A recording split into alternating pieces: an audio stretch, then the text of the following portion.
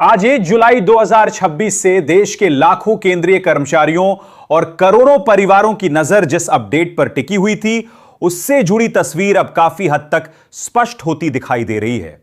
महंगाई भत्ता, महंगाई राहत, वेतन, पेंशन, 8वें वेतन आयोग, फिटमेंट फैक्टर, अतिरिक्त पेंशन, मेडिकल अलाउंस, 18 महीने के लंबित एरियर और पेंशन से जुड़े कई महत्वपूर्ण विषय एक साथ चर्चा में हैं।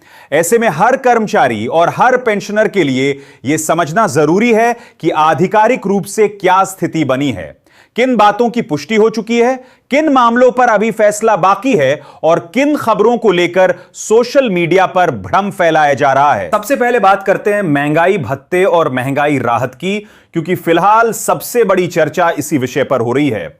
श्रम एवं रोजगार मंत्रालय द्वारा जारी किए गए नवीनतम अखिल भारतीय उपभोक्ता मूल्य सूचकांक यानी AICPI-IW के आंकड़ों में जुलाई 2026 से मिलने वाले डीए और डीआर की दिशा लगभग स्पष्ट कर दी है। मई 2026 के आंकड़ों में उल्लेखनीय वृद्धि दर्ज होने के बाद यह संकेत काफी मजबूत हो गया है कि केंद्रीय कर्मचारियों और पेंशनरों को इस बार महंगाई भत्ते और महंगाई राहत में अच्छी बढ़ोतरी देखने को मिल सकती है। मई 2026 का सूचकांक 150.8 पर पहुंच गया है, जबकि अप्रैल 2026 में यही सूचकांक 149.9 था।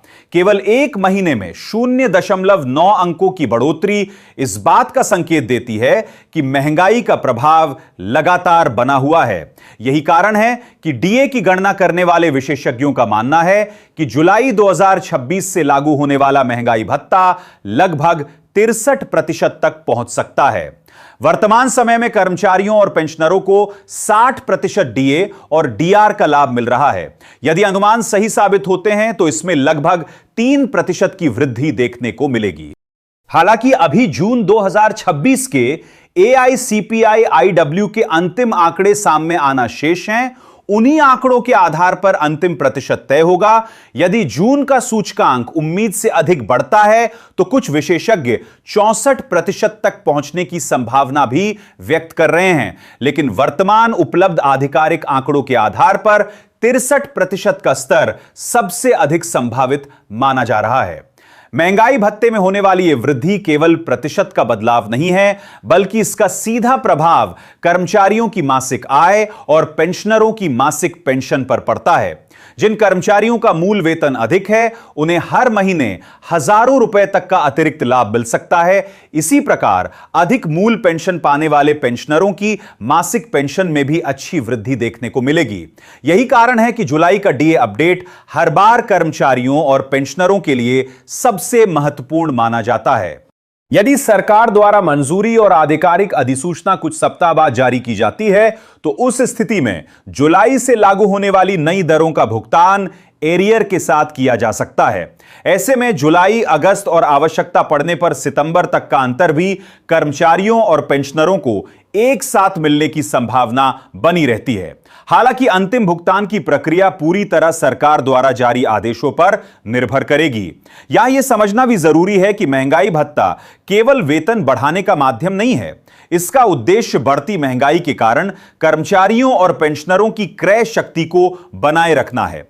जब बाजार में वस्तुओं और सेवाओं की कीमतें लगातार बढ़ती हैं, तब डीए और डीआर के माध्यम से सरकार उस अतिरिक्त आर्थिक दबाव को कुछ हद तक कम करने का प्रयास करती है। इसलिए हर 6 महीने में होने वाला यह संशोधन अत्यंत महत्वपूर्ण माना जाता है। यदि आप भी केंद्रीय कर्मचारी, रेल कर्मचारी, रक्षा कर्मचारी, केंद्रीय पेंशनर या फैमिली पेंशनर हैं, तो ऐसी प्रत्येक आधिकारिक अपडेट समय पर प्राप्त करना बेहद जरूरी है। इसलिए यदि आपने अभी तक सब्सक्राइब नहीं किया है तो अभी कर लीजिए, क्योंकि आगे आने वाली हर महत्वपूर्ण सरकारी जानकारी सबसे पहले आपके पास पहुंचना जरूरी है और किसी भी अपडेट से चूकना आपके लिए नुकसानदायक हो सकता है। अब बात करते हैं 8वें केंद्रीय वेतन आयोग की। पिछले कुछ महीनों से कर्मचारियों के बीच सबसे अधिक चर्चा इसी विषय को लेकर हो रही है। लगातार बढ़ती महंगाई और बढ़ते डीए के बीच कर्मचारी संगठनों का मानना है कि नए वेतन ढांचे को जल्द लागू करने की दिशा में तेजी लाने की आवश्यकता है। कर्मचारियों का कहना है कि वर्तमान परिस्थितियों में केवल डीए बढ़ाना पर्याप्त नहीं है, बल्कि मूल वेतन और पेंशन संरचना में भी व्यापक सुधार किए जाने चाहिए। 8वें वेतन आयोग को लेकर विभिन्न कर्मचारी संगठनों और यूनियनों द्वारा लगातार सुझाव दिए जा रहे हैं। इनमें न्यूनतम वेतन बढ़ाने, न्यूनतम पेंशन में सुधार, मेडिकल सुविधाओं को मजबूत करने, अतिरिक्त पेंशन के नियमों में बदलाव तथा फिटमेंट फैक्टर को बेहतर बनाने जैसी कई मांगे शामिल हैं।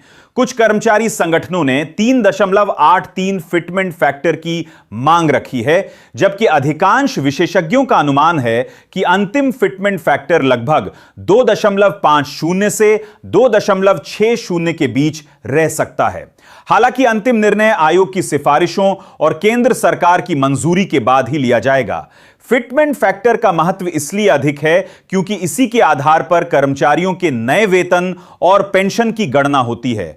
यदि इसमें अधिक वृद्धि होती है तो कर्मचारियों और पेंशनरों दोनों को बड़ा आर्थिक लाभ मिल सकता है। यही कारण है कि कर्मचारी संगठन लगातार इस विषय को प्रमुखता से उठा रहे हैं। इसी के साथ अतिरिक्त पेंशन और मेडिकल अलाउंस को लेकर भी महत्वपूर्ण मांगे सामने आ रही हैं। पेंशनर संगठनों का कहना है कि वर्तमान नियमों के अनुसार अतिरिक्त पेंशन 80 वर्ष की आयु के बाद शुरू होती है, जबकि इसे घटाकर 65 वर्ष से लागू किया जाना चाहिए ताकि वरिष्ठ नागरिकों को समय रहते आर्थिक सहायता मिल सके। इसके अलावा फिक्स्ड मेडिकल अलाउंस को वर्तमान राशि से बढ़ाकर 3,000 रुपए प्रति माह किए जाने की मांग भी लगातार उठाई जा रही है। इन मांगों पर भविष्य में गंभीरता से विचार किए जाने की संभावना व्यक्त की जा रही है। यदि आप चाहते हैं कि ऐसी प्रत्येक अपडेट बिना किसी अफवाह के केवल आधिकारिक तथ्यों के आधार पर आपको समय पर मिलती रहे, तो अभी सब्सक्राइब कर लें ताकि आने वाली किसी भी बड़ी घोषणा की जानकारी सबसे पहले आपको मिल सके। अब बात करते हैं सोशल मीडिया पर फैल रही उन खबरों की जिनकी वजह से कर्मचारियों और पेंशनरों के बीच भ्रम की स्थिति बनी हुई है। पिछले कुछ दिनों से कई प्लेटफॉर्म पर यह दावा किया जा रहा है कि जुलाई 2026 से डीए में 5% या 6% तक की बढ़ोतरी होगी, लेकिन वर्तमान उपलब्ध आधिकारिक आंकड़ों और गणनाओं के अनुसार ऐसी किसी भी बात की पुष्टि नहीं हुई है। अधिकांश विशेषज्ञ 3% की वृद्धि को सबसे अधिक संभावित मान रहे हैं। इसलिए किसी भी वायरल पोस्ट या अपुष्ट संदेश पर विश्वास करने से पहले आधिकारिक अधिसूचना का इंतजार करना ही सबसे सुरक्षित विकल्प है। इसी प्रकार 50% डीए को मूल वेतन में मर्ज किए जाने की चर्चा भी लगातार सोशल मीडिया पर चल रही है, लेकिन अभी तक केंद्र सरकार की ओर से ऐसा कोई आधिकारिक आदेश जारी नहीं किया गया है। इसलिए इस विषय को लेकर किसी भी प्रकार का निष्कर्ष निकालना जल्दबाजी होगी। अब बात करते हैं लंबे समय से चर्चा में बने 18 महीने के लंबित डीए एरियर की। कोविड अवधि के दौरान रोके गए 18 महीने के एरियर को लेकर कर्मचारी और पेंशनर कई वर्षों से अपनी मांग रखते आ रहे हैं। विभिन्न कर्मचारी संगठन लगातार सरकार से इस विषय पर सकारात्मक निर्णय लेने की अपील कर रहे हैं। हालांकि अभी तक केंद्र सरकार द्वारा इस संबंध में कोई अंतिम निर्णय घोषित नहीं किया गया है। यह मामला कई कर्मचारियों और पेंशनरों के लिए भावनात्मक और आर्थिक दोनों दृष्टि से महत्वपूर्ण है, क्योंकि यदि भविष्य में इसका भुगतान किया जाता है तो लाखों लोगों को एक मुश्त बड़ी राशि प्राप्त हो सकती है। फिलहाल इस विषय में कोई नई आधिकारिक घोषणा सामने नहीं आई है, इसलिए किसी भी प्रकार की वायरल खबर पर भरोसा करने से पहले केवल सरकारी सूचना या आधिकारिक आदेश का इंतजार करना ही उचित रहेगा। यदि भविष्य में इस मामले में कोई महत्वपूर्ण फैसला आता है तो उसकी पूरी जानकारी सबसे पहले उपलब्ध कराई जाएगी। इसलिए नियमित अपडेट प्राप्त करने के लिए सब्सक्राइब करना बिल्कुल ना भूलें, ताकि कोई भी महत्वपूर्ण सूचना आपसे छूट ना जाए। अब एक और महत्वपूर्ण विषय पर ध्यान देते हैं जो सीधे पेंशनरों से जुड़ा हुआ है। हाल ही में भारतीय रिजर्व बैंक ने पेंशन भुगतान प्रक्रिया को अधिक पारदर्शी बनाने के उद्देश्य से महत्वपूर्ण दिशा निर्देश जारी किए हैं। पहले कई मामलों में शिकायतें सामने आती थीं कि अतिरिक्त भुगतान होने पर बैंक बिना पर्याप्त जानकारी दिए सीधे पेंशनर के खाते से राशि काट लेते थे। नई व्यवस्था के अनुसार अब यदि किसी प्रकार की रिकवरी करनी होगी तो बैंक को पहले संबंधित पेंशनर को पूरी जानकारी देनी होगी। बैंक को यह स्पष्ट करना होगा कि अतिरिक्त भुगतान कब हुआ, किस कारण हुआ, कितनी राशि वापस ली जानी है और उसकी पूरी गणना क्या है। इससे पेंशनरों को पारदर्शिता मिलेगी तथा बिना सूचना के की जाने वाली रिकवरी की समस्या काफी हद तक समाप्त होने की उम्मीद है। यह बदलाव विशेष रूप से वरिष्ठ नागरिकों के हित में महत्वपूर्ण माना जा रहा है। इसके अतिरिक्त केंद्र सरकार द्वारा पेंशनरों के लिए एक विस्तृत जानकारी पुस्तिका भी उपलब्ध कराई गई है। इस पुस्तिका में pension, family pension, PPO, gratuity, pension commutation, अतिरिक्त पेंशन, महंगाई राहत, संशोधित पेंशन, जीवन प्रमाण पत्र, एरियर और अन्य कई महत्वपूर्ण नियमों को सरल भाषा में समझाया गया है। जिन पेंशनरों को अपने अधिकारों और नियमों की पूरी जानकारी नहीं है, उनके लिए यह पुस्तिका काफी उपयोगी साबित हो सकती है।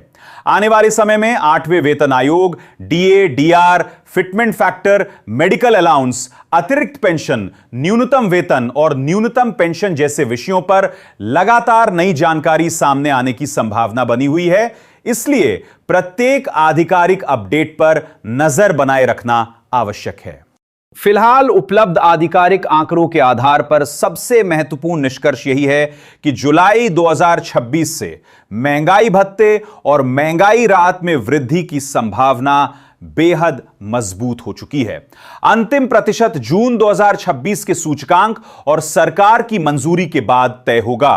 8वें वेतन आयोग को लेकर चर्चा लगातार आगे बढ़ रही है, लेकिन अंतिम निर्णय अभी आना बाकी है।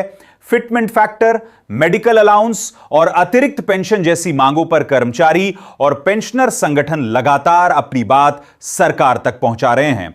वहीं 18 महीने के लंबित एरियर और 50% डीए मर्जर जैसे मामलों पर अभी तक कोई आधिकारिक स्वीकृति नहीं मिली है। इसलिए हर कर्मचारी और हर पेंशनर के लिए सबसे महत्वपूर्ण बात यही है कि केवल प्रमाणित सरकारी आदेशों पर भरोसा करें और किसी भी अफवाह से बचें। आने वाले दिनों में जैसे जैसे नई अधिसूचनाएं जारी होंगी, स्थिति और अधिक स्पष्ट होती जाएगी। यदि कोई बड़ा फैसला लिया जाता है तो उसका सीधा प्रभाव लाखों कर्मचारियों और करोड़ों पेंशनरों की आय पर पड़ेगा। उम्मीद है यह पूरी जानकारी आपके लिए उपयोगी रही होगी। यदि आपको यह जानकारी महत्वपूर्ण लगी हो तो इसे अधिक से अधिक लोगों तक जरूर पहुंचाइए, ताकि किसी भी कर्मचारी या पेंशनर तक सही जानकारी समय पर पहुंच सके। आगे भी ऐसी ही हर आधिकारिक और महत्वपूर्ण अपडेट सबसे पहले पाने के लिए सब्सक्राइब करके जुड़े रहिए। बहुत बहुत धन्यवाद। अपना ध्यान रखिए। मिलते हैं अगली महत्वपूर्ण जानकारी के साथ।